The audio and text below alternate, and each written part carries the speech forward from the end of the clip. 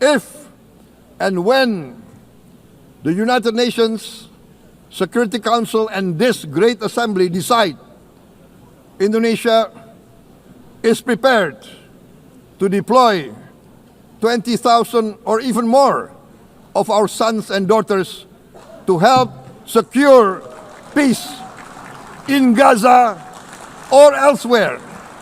It is indeed a great honor for me to stand in this August General Assembly Hall among leaders and representatives who represent almost all of humanity. We differ in race, religion, and nationality, yet we gather together today as one human family.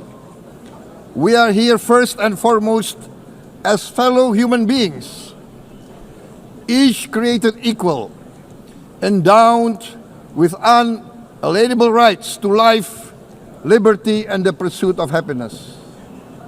The words of the United Nations Declaration of Independence have inspired democratic movements across continents, including the French Revolution, the Russian Revolution, the Mexican Revolution, the Chinese Revolution, and Indonesia's own struggle and journey to freedom. It also gave birth to the Universal Declaration of Human Rights, adopted by the United Nations in 1948. All men are created equal was the creed that opened the way to unprecedented global prosperity and dignity. And yet, in our own era of scientific and technological triumphs, an era capable of ending hunger, poverty, and environmental ruin, we also continue to face today grave dangers, challenges, and uncertainties. Human folly, fueled by fear, racism, hatred, oppression, and apartheid, threatens our common future. My country knows this pain. For centuries, Indonesians lived under colonial domination, oppression, and slavery. We were treated less than dogs in our own homeland. We Indonesians know what it means to be denied justice and what it means to live in apartheid, to live in poverty, and to be denied equal opportunity. We also knew what solidarity can do in our struggle for independence, in our fight to overcome hunger, disease, and poverty.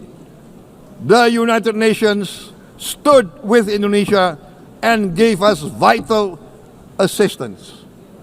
Decisions made here based on human solidarity by the Security Council and this Assembly gave Indonesia independence, international legitimacy, opened doors, and supported our early development through the efforts of the United Nations Children Fund, the United Nations Food and Agriculture Organization, the FAO, the World Health Organization, and many, many other United Nations institutions.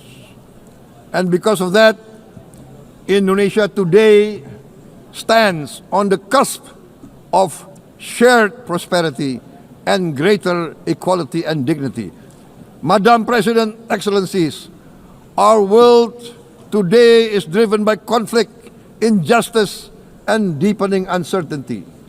Every day we witness suffering, genocide, and blatant disregard for international law and human decency. In the face of these challenges, we must not give up. As the United Nations Secretary General said, we cannot give up. We cannot surrender our hopes or our ideals. We must draw closer, not drift apart. Together we must strive to achieve our hopes, our dreams.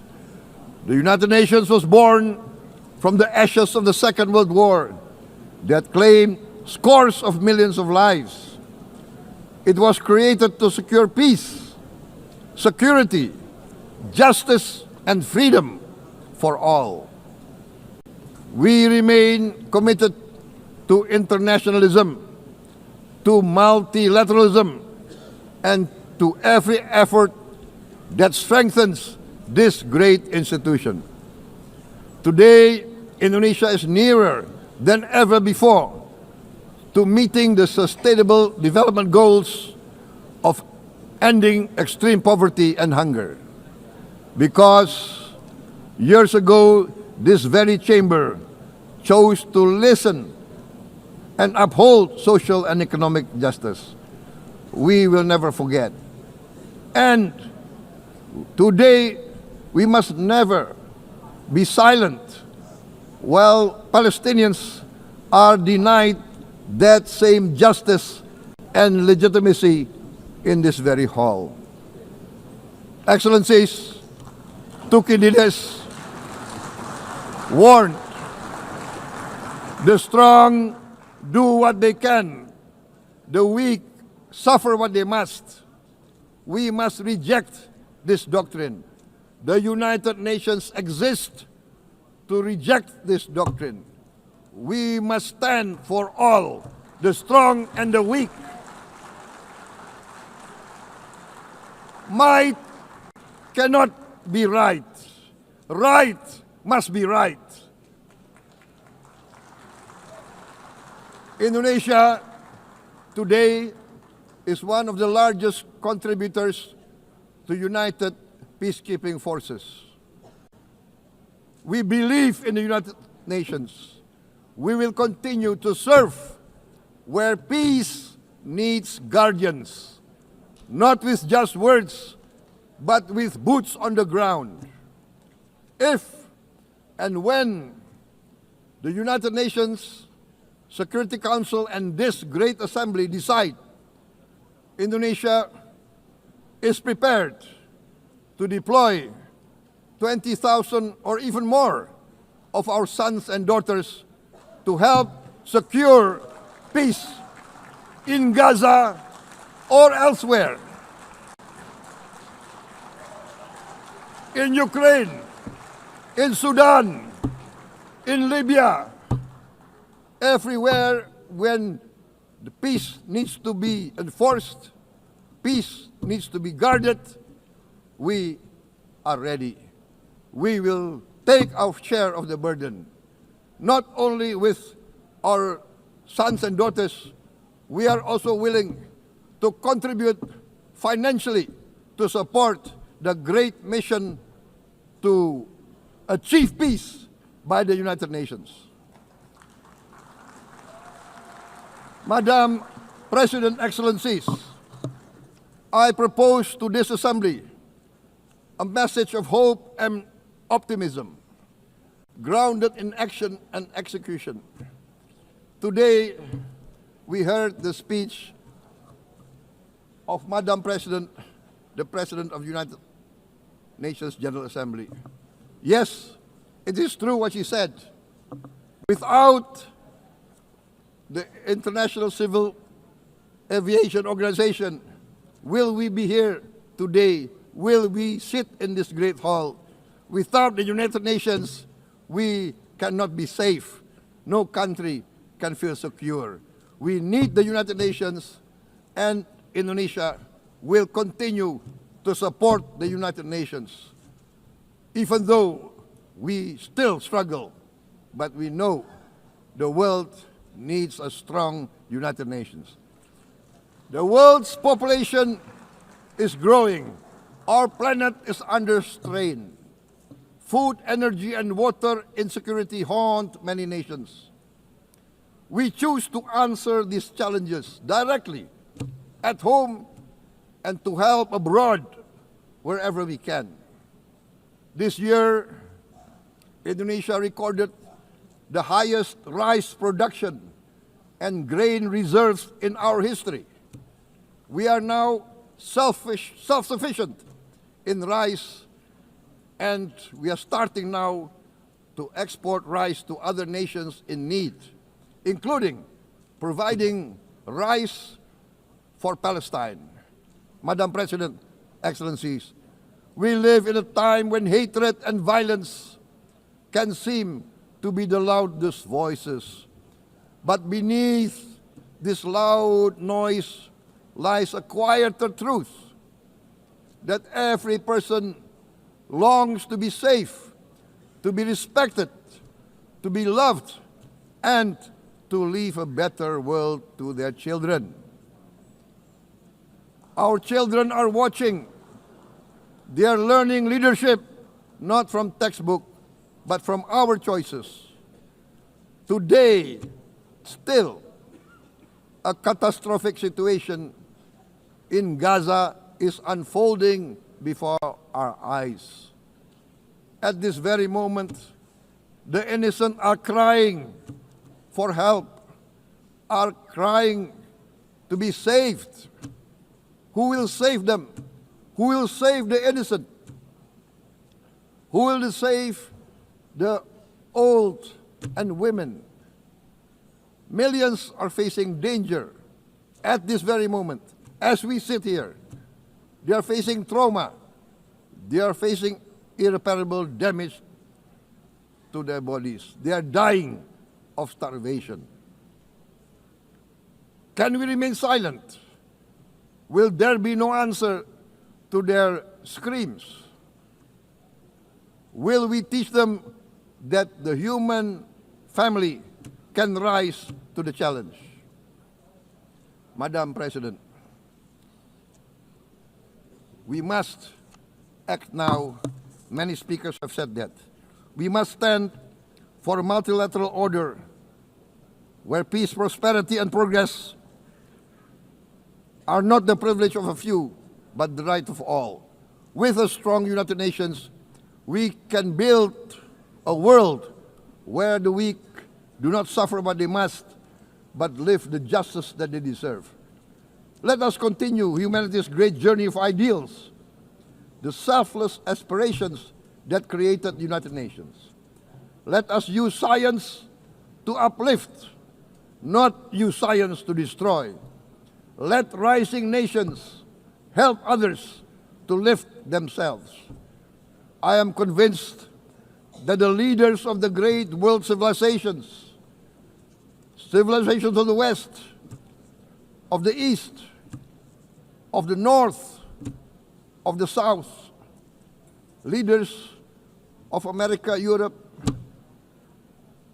of India, China, the Islamic world, the whole world, I am convinced they will rise to their role demanded by history. We are all hopeful that the leaders of the world will show great statesmanship, great wisdom, restraint, humility, overcome hate, overcome suspicion.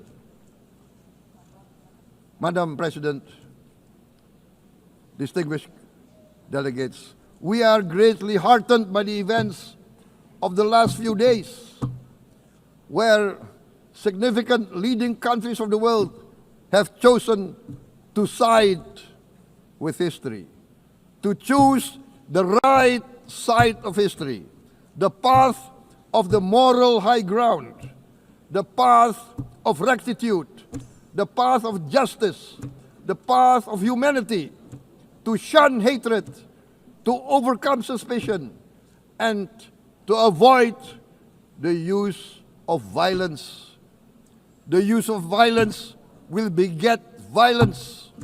No one country can bully the whole community of the human family.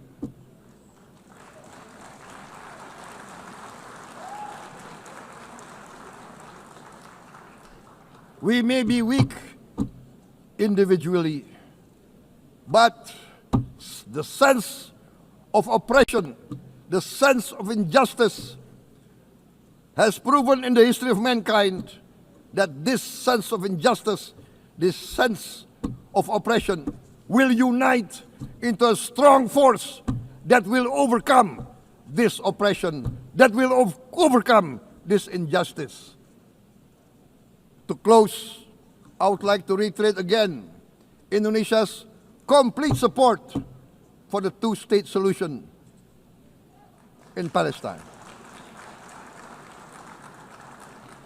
We must have an independent Palestine, but we must also recognize, we must also respect, and we must also guarantee the safety and security of Israel. Only then we can have real peace, and no longer hate and no longer suspicion. The only solution is this two-state solution. Two descendants of Abraham must live in reconciliation, peace, and harmony. Arabs, Jews, Muslims, Christians, Hindus, Buddhists, all religions, we must live as one human family. Indonesia is committed to being part of making this vision a reality. Is this a dream?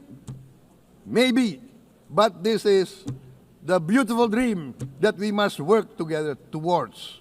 Let us work towards this noble goal. Let us continue humanity's journey of hope, a journey started by our forefathers, a journey that we must complete. Thank you. Wassalamualaikum warahmatullahi wabarakatuh.